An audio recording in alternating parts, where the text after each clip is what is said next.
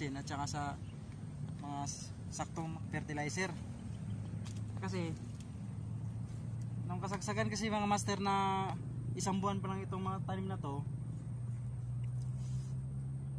ang Bucor kasi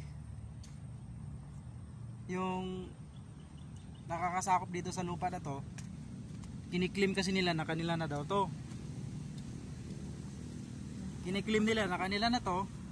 Tapos ang gusto nila mangyari na yung mga tanim na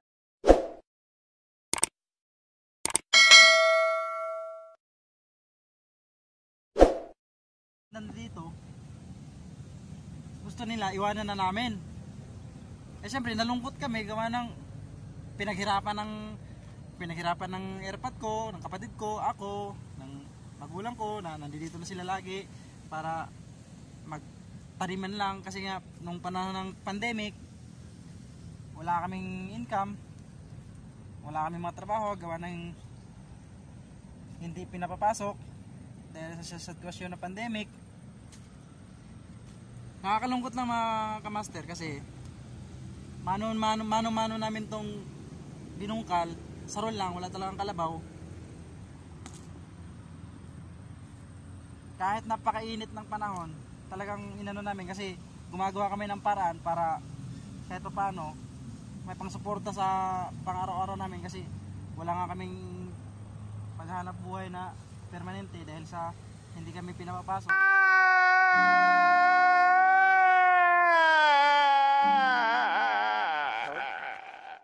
So, kaya dito namin na nag-focus kami dito na magtanim ka sana kami ng maramihan talaga dito na garden kasi sa probinsya kasi sa Mindanao, sanay kami sa ganyan taniman.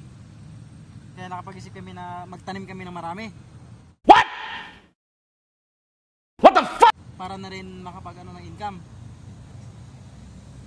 Ang nangyari, nung okay na yung area, ito na nga, ito, nalinis na namin yan, yan. Ang lawak niya mga master. Hindi totoo yan. Bola lang yan. Yan.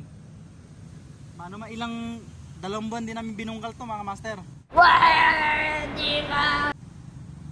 Doon kami, medyo sumama ang loob namin kasi nung natanim na namin to ng 1 buwan na, maganda ang tubo nito. Napakaganda na ng tubo dito mga master. Oh my God! Wow! Master, ang nangyari, dumating yung mga Bucor na nagkiklaim na kanila nga daw kasi itong lupa dahil ang una talaga nitong may INHE, National Housing Authority. Paano masabi? Ang National Housing Authority naman, yan yung nagbigay sa amin ng authorized na pwede kami magtanim dito kahit papaano kasi gawa ng wala pa naman, hindi pa naman ginagamit.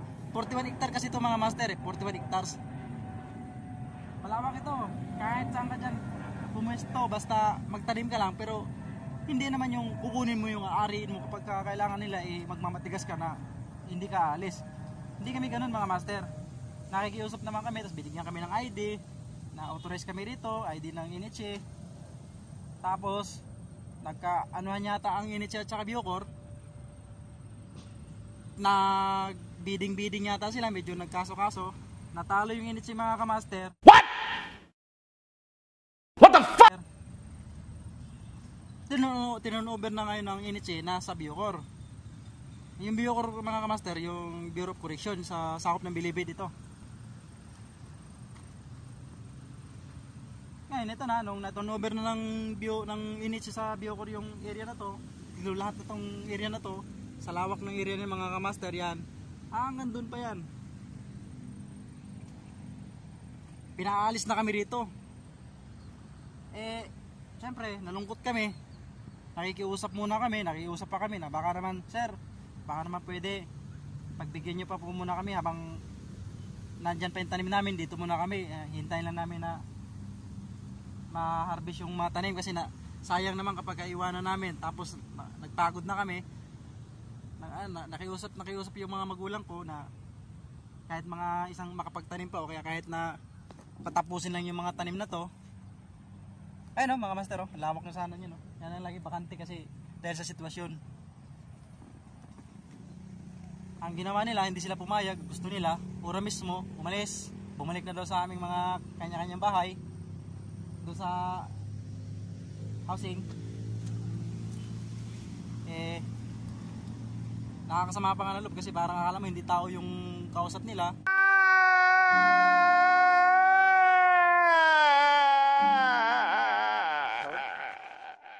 Kung makapagtaboy, akala mo yung mga tinataboy nila mga master, akala mo mga aso lang.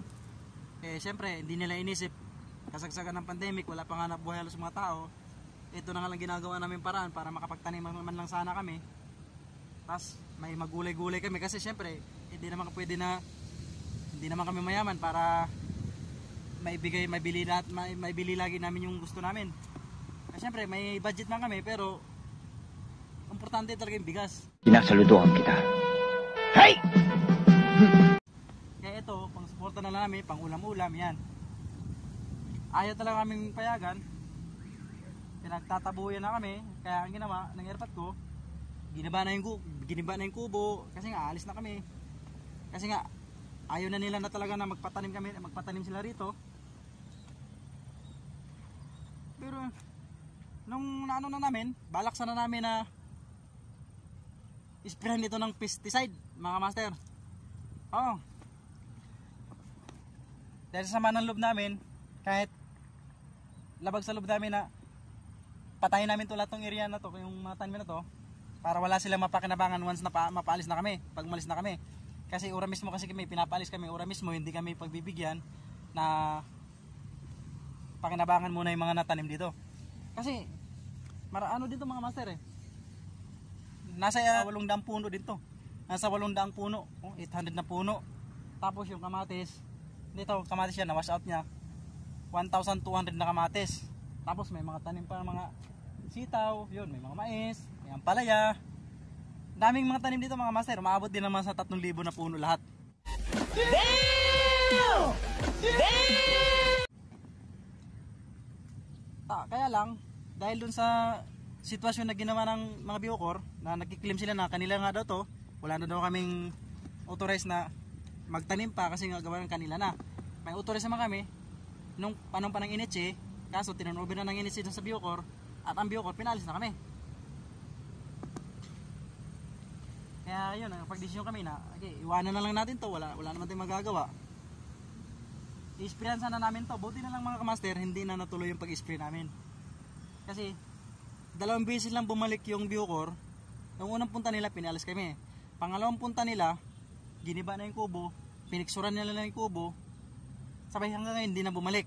Ngayon, dahil sa hindi na namin to sinuplayan ng magandang hindi na namin nasikaso ng maayos, yung abono.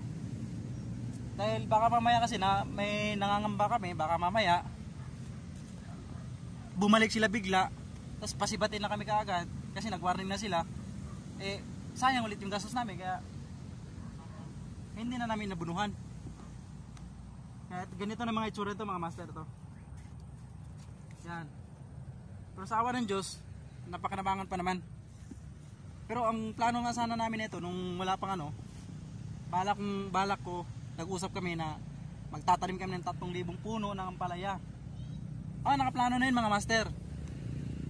Kasi nakita ko kasi na may potential talaga sa pagugulay. Target ko nito mga master to, yung linis na yan. Yan. Hanggang doon, airpot ko. Yan. Target ko sana yung 3,000 ampalaya. Kahit pa paano, baka magkaroon ng konti. Pero ganoon nga talaga, may pagsubok. Ayun. Yung pagsubok nga na yun, yung Bucor, humadlang. Walang disiplina!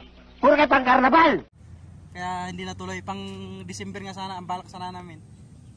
Nito October tanim, tapos pang December harvest. Yun ang plano ko. Kaso hindi natupad, hindi natuloy gawa ng yung Bucor nga humarang. Hindi na kami pinapayagan. Kaya ang plano ko naman ngayon mga master, uwi na lang ako ng Mindanao. At doon ko ipagpapatuloy ang mga balak ko itanim dito. Doon ko sa Mindanao itatanim. Hey, Jeff! Stop! Ay, ito yung boss ko. Boss, sino kasama mo boss? Ha? Anong ginagawa mo rito? Ah, Kuha kaming gulay. kuha kayo ng gulay. Ah. Ayan mga master, yung aking boss na medyo pogi ba yan? Yes. Still, yes. Pogi daw siya. Pogi daw siya. Hey, yo! Nasaan yung kapatid mo? Doon sa bahay. Ha? Sa bahay. Sino kasama? Sa bahay? Saan bahay? Bahay natin! Nasaan? Wala naman tayong bahay eh. Yan, nakamasaya. Ito, yung area na to, hindi pa namin nabawi yung pagod namin dito, pero kahit pa paano, nagpapasalamat pa rin kami sa area na to kasi kahit pa paano hindi kami, alam mo yun, yung panahon ng pandemic eh, kahit pa paano may napakinabangan pa rin kami. So ngayon, ang decision ko, uuwi na lang ako ng Mindanao kasi nga dito sa Maynila, ang hirap talagang buhay dito sa Maynila. Oo, sapat yung pera, sapat yung sahod. Pero hanggang sapat lang talaga. Paano masabi? Kasi pagdating sa bahay, aray, sapat ka rin talaga pambayad sa kuryente at tubig. Sinasaludoan kita. Hey! Yan ang labanan dito sa Maynila. Hindi totoo yan. Mga master, kaya nare-realize ko talaga yung commander ko, may area sila doon. Nakita ko na yun kasi nakarating na ako sa probinsya nila na medyo mas okay pa kaysa dito, area na to. At saka hindi na ako mahirapan sa mga buyer kasi may wholesale buyer naman doon eh. Uwi na lang kami ng Mindanao para doon ko ipagpapatuloy yung plano ko rito na ampalayang 3,000 puno na itatanim ko. Sana hindi ako magkamali ng desisyon ko kasi may sinakripisyo din ako para mag-resign sa trabaho. I-update ko naman kayo dun mga master pag pauwi na kami. Kaya tinatawanan ako ng anak mga master. Tinatawanan ako ng mga anak. Sinasaya. Uy!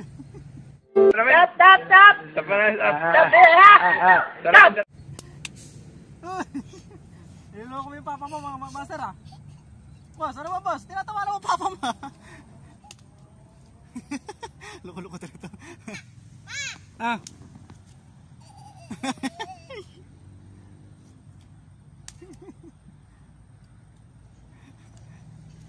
Wala magawa ito matino yung boss ko eh. Nasaan yung kapatid mo? Si Sayon? Sino nag-iwan? Ha? Binantayan ni Kuya Archie. Dalawa lang pala kayo ng mama mo. Hi darling. Uy.